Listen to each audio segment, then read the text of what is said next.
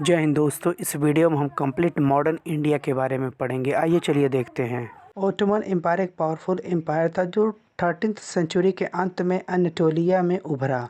धीरे धीरे west Asia, south east Europe और नॉर्थ अफ्रीका तक फैला। इस एम्पायर का स्ट्रेटेजिक एम था इम्पोर्टेंट ट्रेड रूट और की सिटी पर कंट्रोल करना, जिससे इकोनॉमिक और पॉलिटिकल पावर बढ़े। 1453 में महमद सेकेंड ने फॉल ऑफ कॉन्स्टेंटिनोपल के माध्यम से बेंजेंटाइन एम्पायर की कैपिटल सिटी कॉन्स्टेंटिनोपल पर कब्जा कर लिया। यह सिटी यूरोप और एशिया के बीच सबसे महत्वपूर्ण लैंड ट्रेड रूट का केंद्र था।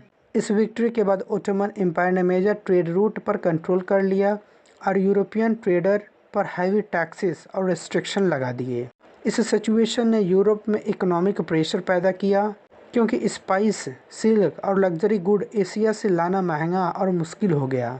इसी कारण यूरोपियन ने अल्टरनेटिव सी रूट्स खोजने शुरू किए, जिससे 15th to 16th सेंचुरी के सदी में जियोग्राफिकल डिस्कवरी की शुरुआत हुई। इस एक्सप्लोरेशन के दौरान क्रिस्टोफर कोलंबस अमेरिका पहुंचा और वास्को डी गामा इंडिया का सी रूट खोजने में सफल हुआ। इसके बाद यूरोपियन धीरे धीरे एशिया और इंडिया तक पहुंचने लगे और ट्रेड के साथ साथ धीरे धीरे पॉलिटिकल कंट्रोल भी स्थापित करने लगे। सबसे पहले पुर्तगीज आए। उन्होंने गोवा, दमन दीव जैसे कोस्टल एरिया पर कंट्रोल स्थापित किया। उनका फोकस नवल पावर और स्पाइस ट्रेड पर था। इसके बाद डच 1602 में आए। उन्होंने मेनली इंडोनेशिया पर ध्यान दिया, लेकिन इंडिया में भी ट्रेडिंग पोस्ट बनाए। फिर फ्रेंच 1664 में आए और पौंडीचेरी जैसे सेंटर स्थापित किए। इसी दौरान इंग्लिश आए जब ईस्ट इंडिया कंपनी की स्थापना हुई। इसने सूरत, मद्रास, बम्बे और कॉलिकट में फैक्ट्री स्थापित की। शुरुआत में सभी यूरोपियन का उद्देश्य केवल ट्रेड था, लेकिन धीरे धीरे इनके बीच राइवलरी बढ़ गई। खासकर इंग्लिश और फ्रेंच के बीच कर्नेटिक वार हुए, जिनमें अंततः इंग्लिश के विक्ट्री हुई। डच का फोकस इंडिया से हटकर इंडोनेशिया पर चला गया और पुर्तगीज धीरे धीरे कमज़ोर हो गए। इसलिए कंपटीशन में इंग्लिश सबसे मजबूत बनकर उभरे। इंग्लैंड के 200 साल तक रूल करने के पीछे कई महत्वपूर्ण कारण थे। सबसे पहले उनकी नवल पावर और मिलिट्री ऑर्गेनाइजेशन बहुत ही स्ट्रांग थी। दूसरी, उनकी इकोनॉमिक कंडीशन बेहतर थी, जिससे वे वार को एक्सपेंशन और सस्टेन कर सके। तीसरी, उन्होंने इंडियन रूलर को इंटरनल कन्फ्लिक्ट का फ़ायदा उठाया और डिप्लोमेसी के माध्यम से अलाइज बनाए। चौथा, 1757 का बैटल ऑफ प्लासी और 1764 का battle of boxer turning point बने, जिससे ब्रिटिश को पॉलिटिकल कंट्रोल मिल गया। इसके बाद सब्सिडियरी अलायंस और डॉक्ट्रिन ऑफ लैप्स जैसे पॉलिसी से उन्हें पूरे इंडिया में अपना कंट्रोल फैला लिया। मॉडर्न इंडियन हिस्ट्री की शुरुआत 1498 से मानी जाती है, जब वास्को डी गामा कलिकट पहुंचा। इस फेज में 1498 टू 1757 का कोर थीम था ट्रेड टू पॉलिटिकल एंट्री। शुरुआत में यूरोपियन, पोर्तुगीज, डच, फ्रेंच और ब्रिटिश भारत में केवल व्यापार के उद्देश्य से आए। ईस्ट इंडिया कंपनी की स्थापना हुई 1600 ईस्वी में और इसने सूरत, मद्रास, बम्बे और कलकत्ता जैसे संस्थानों पर फैक्ट्री स्थापित की। धीरे धीरे यूरोपियन पावर के बीच राइवलरी बढ़ी, खासकर कर्नेटिक वार के माध्यम से ब्रिटिश ने अपनी स्थिति और मजबूत कर ली। इस पूरे फेज का सार ये है कि यूरोपियन भारत में व्यापार के लिए आए, लेकिन धीरे धीरे उन्होंने राजनीतिक हस्तक्षेप शुरू कर दिया। 1757 से 1857 का समय ब्रिटिश पॉलिटिकल एक्सपेंशन का फेज था।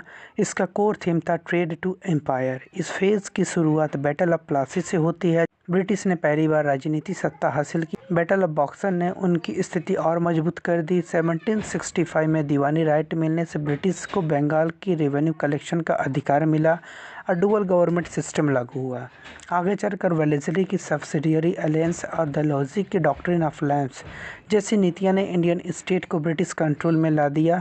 इस फेज में ब्रिटिश कंपनी एक व्यापारी से शासन बन गई। 1757 का विद्रोह मॉडर्न हिस्ट्री का सबसे बड़ा रेजिस्टेंस मूवमेंट था, जिसे रिवोल्ट ऑफ 1857 कहा जाता है। इसका नेतृत्व मंगल पांडे, रानी लक्ष्मीबाई और बहादुर शाह जफर जैसे नेताओं ने किया।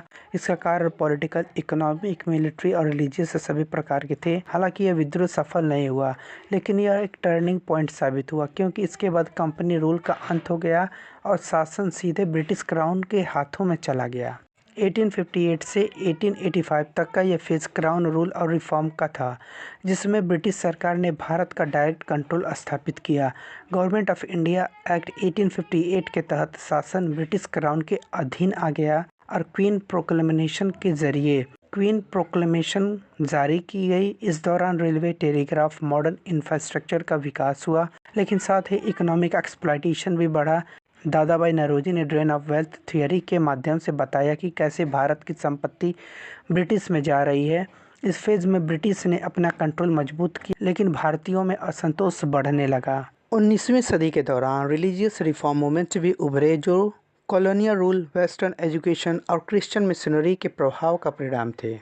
इनका उद्देश्य social evil, sati, child marriage, caste discrimination, untouchability को खत्म करना और रिलीजन को रेशनल और मॉडर्न बनाना था। राजा राम मोहन रॉय द्वारा स्थापित ब्रह्म समाज 1828 ने मोनोथिज्म और सोशल रिफॉर्म को बढ़ावा दिया। स्वामी दयानंद सरस्वती का आर्य समाज 1875 बैक टू वेदा पर आधारित था और सोशल इविल के खिलाफ था। स्वामी विवेकानंद द्वारा स्थापित रामकृष्ण मिशन 1897 ने स्पिरिचुअल और सोशल इविल को बढ़ावा दिया। मुस्लिम समाज में सर सैयद अहमद खान का अलीगढ़ मूवमेंट मॉडर्न एजुकेशन के लिए महत्वपूर्ण था। देवबंद, वहाबी और सिंह सभा मूवमेंट ने भी रिलीजियस और कल्चरल रिफॉर्म को आगे बढ़ाया। इन मूवमेंट ने इंडियन सोसाइटी को मॉडर्न बनाया और नेशनलिज्म की फाउंडेशन को तैयार की। 1885 टू 1905 का समय राइज ऑफ नेशनलिज्म का था। इस फेज का कोर थीम था political awakening. Indian national Congress की स्थापना 1885 में हुई और इसने भारतीयों को एक पॉलिटिकल प्लेटफॉर्म दिया। इस फेज के लीडर्स मॉडरेट थे, जैसे नौरोजी, गोखले, जो पिटीशन, प्रेयर और प्रोटेस्ट के माध्यम से अपनी मांगे रखते थे। यह फेज अवेयरनेस का था, जहां लोगों में पॉलिटिकल कॉन्शियसनेस बढ़ी, लेकिन मास स्ट्रगल शुरू नहीं हुआ था। स्वदेशी मूवमेंट का था। Round table conference 1930 to 1932 British government ने ऑर्गेनाइज किया था, ताकि इंडिया के लिए कॉन्स्टिट्यूशनल रिफॉर्म डिस्कस किए जा सके और फ्रीडम स्ट्रगल के प्रेशर को हैंडल किया जा सके। इसका मेन ऑब्जेक्टिव था इंडियन लीडर, प्रिंसली स्टेट और माइनॉरिटी को एक प्लेटफॉर्म पर लाना और फेडरल स्ट्रक्चर, प्रोविंशियल ऑटोनॉमी और रिप्रेजेंटेशन के इशू पर एग्रीमेंट बनाना। First round table conference 1930 to 1931 London में हुई, लेकिन इंडियन नेशनल कांग्रेस ने सिविल डिसोबीडियंस मूवमेंट के कारण भाग नहीं लिया। इस वजह से कॉन्फ्रेंस इफेक्टिव रही और ये क्लियर हुआ कि बिना कांग्रेस के कोई सोल्यूशन पॉसिबल नहीं है। सेकेंड राउंड टेबल कॉन्फ्रेंस 1931 सबसे महत्वपूर्ण थी, जिसमें महात्मा गांधी ने कांग्रेस का प्रतिनिधित्व किया। यहाँ माइनॉरिटी इशू सबसे बड़ा पॉइंट बना। B.R. अम्बेडकर ने डिप्रेस्ड क्लास के लिए सेपरेट इलेक्टोरेट की मांग की, जबकि गांधी इसके खिलाफ थे। इस डिसएग्रीमेंट के कारण कोई फाइनल डिसीजन नहीं हो सका। थर्ड राउंड टेबल कॉन्फ्रेंस 1932 में कांग्रेस ने फिर भाग नहीं लिया और पार्टिसिपेशन लिमिटेड रहा, इसलिए यह लार्जली अनसक्सेसफुल रही। हालांकि इन सभी कॉन्फ्रेंस ने मिलकर आगे चलकर गवर्नमेंट ऑफ इंडिया एक्ट 1935 की फाउंडेशन रखी। 1905 टू 1919 का फेज एक्सट्रीमिस्ट फेज, जिसमें असर्टिव नेशनलिज्म देखने को मिला। 1905 में बंगाल पार्टीशन के खिलाफ स्वदेशी और बायकॉट मूवमेंट शुरू हुए। इस फेज में बाल गंगाधर तिलक, लाला लाजपत राय, बिपिन चंद्र पाल जैसे लीडर उभरे। 1907 का सूरत स्प्लिट कांग्रेस के अंदर मॉडरेट और एक्सट्रीमिस्ट के बीच विभाजन का दर्शाता है। इस फेज में अब केवल मांग नहीं बल्कि डायरेक्ट एक्शन और रेजिस्टेंस शुरू हो गया था। 1919 टू 1947 का समय गांधीयन इरा था। 1919 टू 1947 का समय गांधीयन इरा के रूप में जाना जाता है। इसका कोर थीम था मास मूवमेंट। महात्मा गांधी ने भारतीय स्वतंत्रता आंदोलन को जन आंदोलन बना दिया।